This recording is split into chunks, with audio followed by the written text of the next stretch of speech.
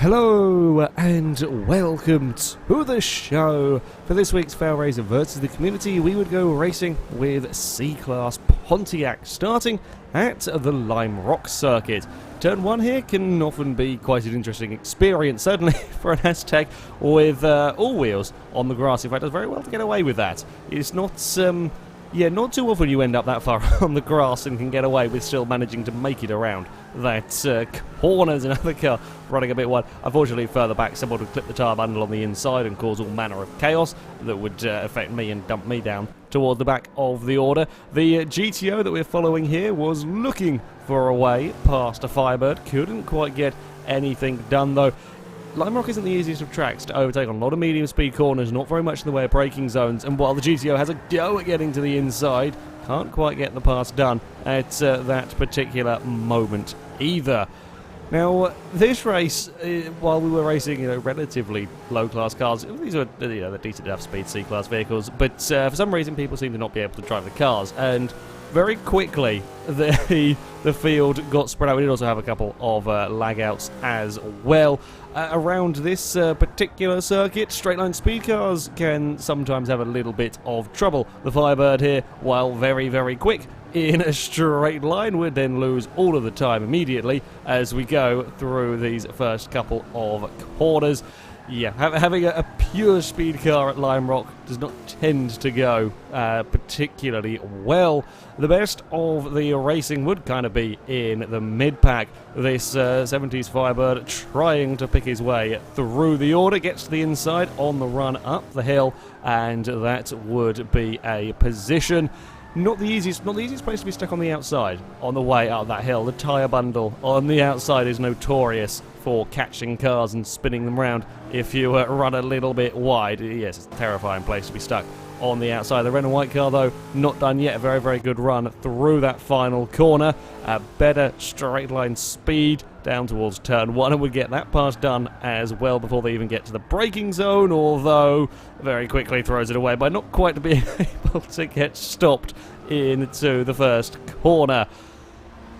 As the race progressed, the field gradually got more and more spread out. I think this was about the only few cars that were close on track towards the latter stages. So there were a couple of... it wouldn't be a Forza race without some lagged out ghost cars around on the replays. It's just, yeah... I don't know why these replays do it. It's a peculiar thing, but there we go. The Solstice here trying to find a way past a Firebird, but also, as ever, when you're in a three-car battle, got to be wary of not going too aggressive and not losing too much time that the vehicle behind will try and find a way past the Solstice, though not quite able to make anything stick at this moment in time, even with the black car throwing up all the tyres. As I said, didn't have the greatest of races for me here. My O2 Firebird, you might remember this car. This was a 30,000 credit budget build that I used, and it turned out to be a half-decent car, so I thought I'd give it another run for this. Actually, a very, very quick car. A very quick car indeed, surprisingly fast, in fact, in C-Class. I was fighting with one of the kit Firebirds. Couldn't quite get the move done through that first corner. I had a little bit more straight line speed. The white car, though, a little bit faster through the turns. Again, I am trying to see if I can get to the inside. Don't quite have the brakes, and it's not a big enough braking zone either there to really make a move stick when you are that far back. There's just a bouncing tyre along. Once more, I have a little bit of a sniff up the inside, but nothing quite happened, although it'd only be a matter of time until I'd outdrag the white car at the front, and it would be a Solstice that would go on to take victory. Having got to the lead relatively early on, the yellow car would drive away from the pack, admittedly helped a bit by just general kerfuffles, and yeah, a fairly large margin of victory. The two Azteks you see behind weren't second and third, sadly. They both had to go to the pits for damage. Not a great race at Lime Rock. Sometimes that's just the way it goes. We move on, though, to our next round, heading to the Sonoma short layout, as two of the 60s Firebirds start from the front, would head into the opening corner to try to swap places once more. A little bit of a kerfuffle on the outside of the turn. Again, I didn't have the nicest of starting positions on the grid for my poor Firebird, a fair way down in this one, as the black car gets a huge slide across the crest of the hill. Fairly common sight to be seeing that one. The black and red car to the inside. He then gets very, very sideways as Solstice is coming with them, a Kit Firebird as well, and this front four would make a pretty quick breakaway from the rest of the field.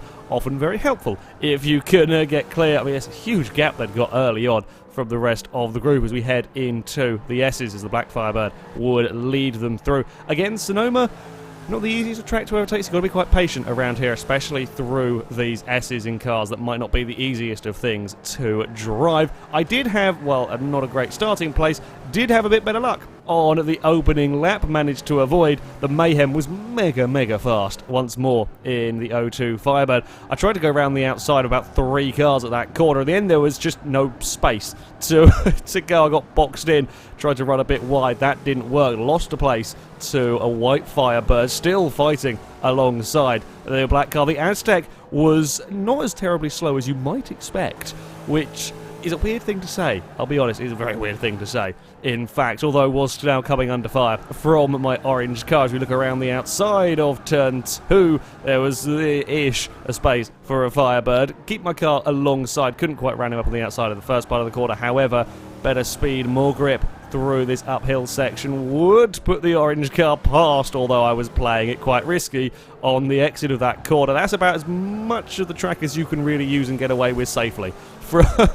From my Firebird, we clipped the side and a wheel on the curb on the grass is a little bit terrifying. As I said, you know, the Aztecs weren't doing as terribly as you might expect. I mean, the advantage of using the Aztecs in this is you can get pretty much all the parts that you possibly want on them in C Class. I think some of these were even running race tyres. A lot of the other cars, you won't be able to do that with them. However, the Aztecs are, well, not a great car to begin with. They're also front-wheel drive, which isn't the ideal drive line, perhaps for this. And, well, I mean, just look at the thing. But, you know, they weren't as terribly slow as you might expect. They weren't languishing down at the bottom, certainly in the mid-pack battle. Sonoma was going much better as far as actual racing goes here. This O2 Firebird looking for a way past, but it was the age-old thing, stuck in traffic, trying to find a way past. The car had actually made a little bit of a mistake that threw the grey car off that left space for a Solstice to hammer dive up the inside into the final corner. The silver car having a look for a way back down towards turn 1 around the outside is possible if you can hold it a long way around there. You would be on the inside for turn 2, and he tries his best to have a go up there, but it won't quite work out. For me, well, I was spending a lot of time looking at the back of a white Firebird.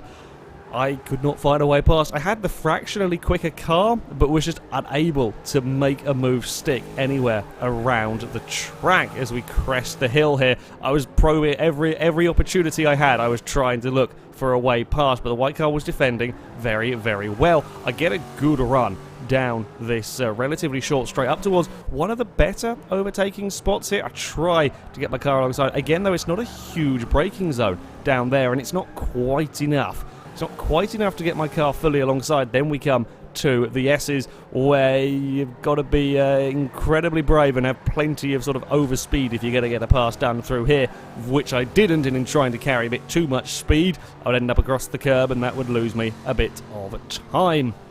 Further back, and again, as the race progressed, the field would spread out a little bit, as you would expect to see, really, with any races. This Firebird gets massively sideways.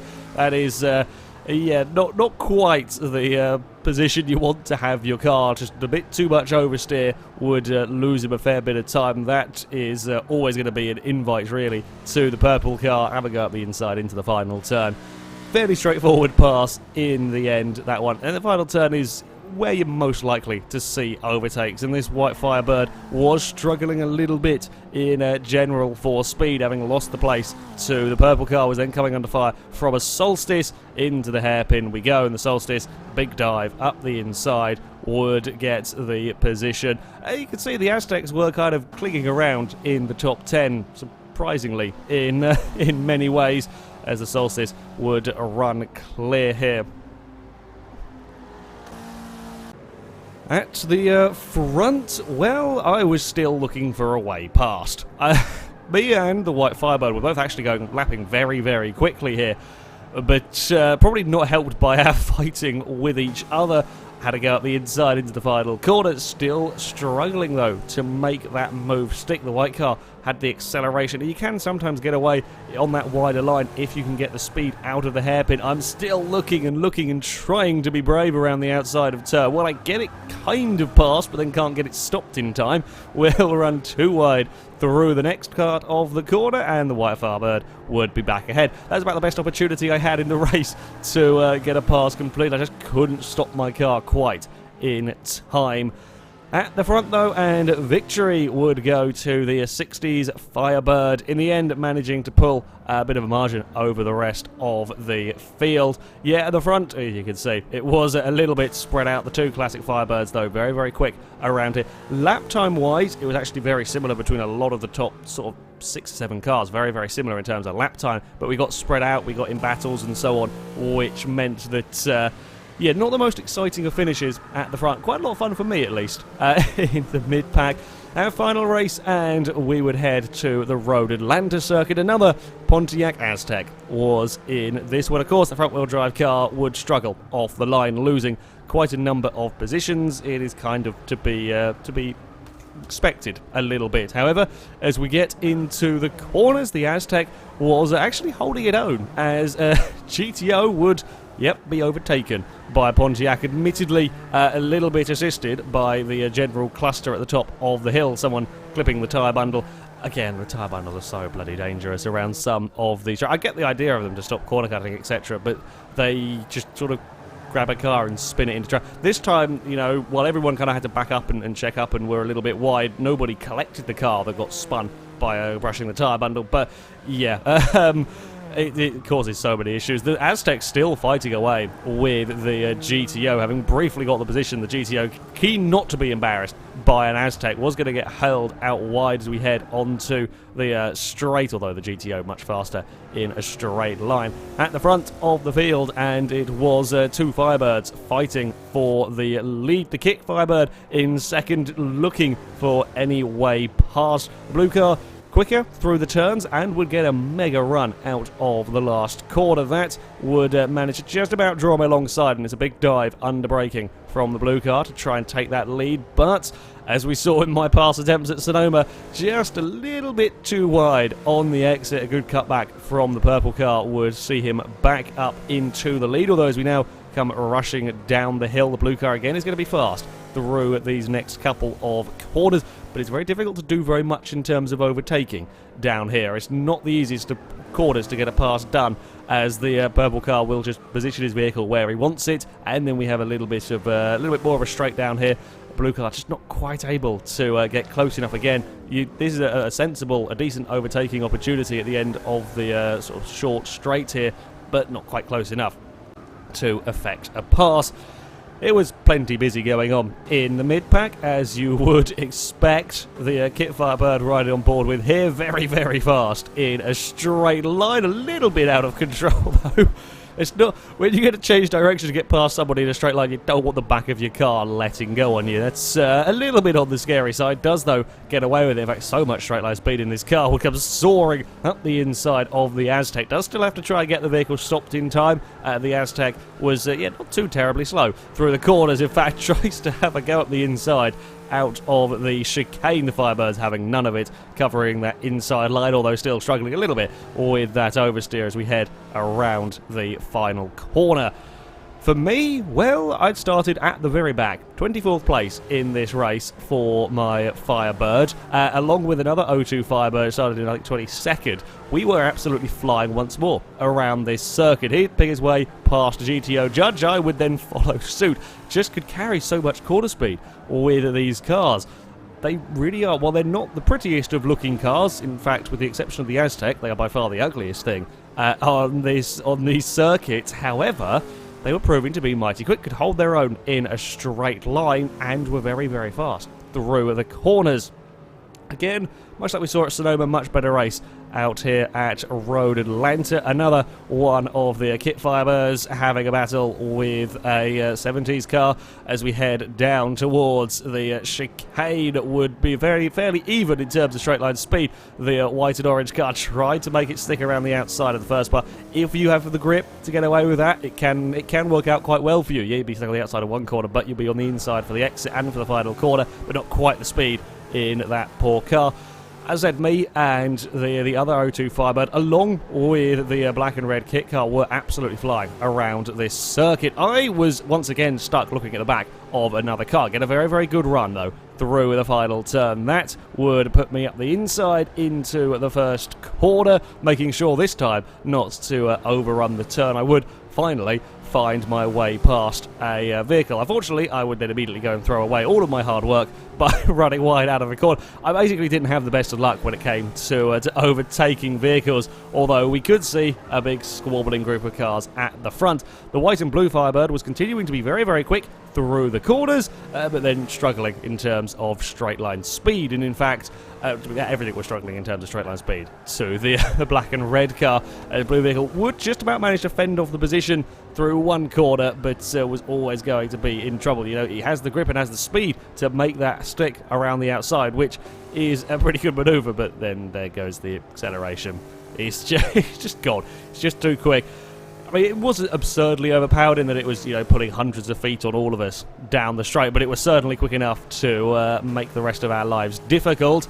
I was back looking at the back of a gold car. Not the prettiest of sights, but yeah, that was basically my race pretty much summed up. However, we were still going very quickly through the field as we caught up towards the third-placed GTO. I was determined to find a way past. It was a big dive from my Firebird. I think I had some of the best brakes in the field. I was doing some very, very late braking compared to some of the other cars. I could get the vehicle stopped because, yeah, that was certainly from a very, very long way back, but a perfectly clean pass. At the front, though, it would be the purple classic Firebird that would go on to take victory with a fairly solid lead.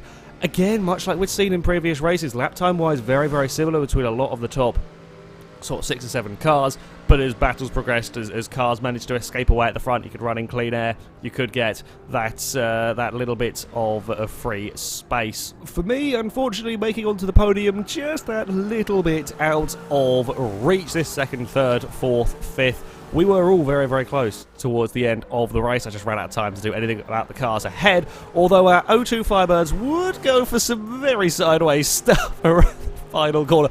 You can see how hard we were pushing towards the end of that race there. Both of us got a little bit too much curb on the inside. It was very... I did have a slight heart attack thinking I was going to smack a wall or spin my car. I kind of just booted it and hoped that at least if I spun it, it would be after the finish line so that I could keep that, that position. But there we go. Actually, yeah, had quite a lot of fun. We ignore the first race, we'll kind of forget Lime Rock ever happened. It was a terrible, terrible race. It's just, yeah, sometimes the way it goes. The other two races were really rather entertaining. And I have to say, I was really, really surprised. I mean, I knew this sort of budget Firebird was a pretty decent car. When I built it, when I ran it in public lobbies and so on, and a few tracks for leaderboards, it did pretty well. I was very much expecting, certainly some of the classic muscle cars, to kind of really dominate these races. And while, yeah, they did get the race victories, fastest lap-wise, everything was very, very close. I was really, really impressed how well my Firebird did. For 30,000 credits, that is not a bad car at all. I highly recommend. If you're driving it, it's fine. You don't have to look at the hideousness that it is. If you're driving it, it's actually a really very, very good car. So, yeah, I do very much recommend it. As a C-Class car was yeah, a lot of fun. A lot of fun to go racing. In fact, a lot of the O2s tended to do quite well, which surprised me. Very high starting PI in this sort of thing. Not many options in terms of parts, but, yeah, a really rather good car. Anyway, that is going to be it for this week's Versus the Community. The next one we shall be on Forza Horizon 3. Is going to be held on Thursday, the 16th of March. We are going to go racing with some B-Class convertibles. If you want to sign up and take part in that, then you can via our forums. There'll be a link in the description. Find the FailRace Versus the Community section, and you can sign up in there. However, that's going to be it from me. Thank you very much for watching, and until next time, Goodbye.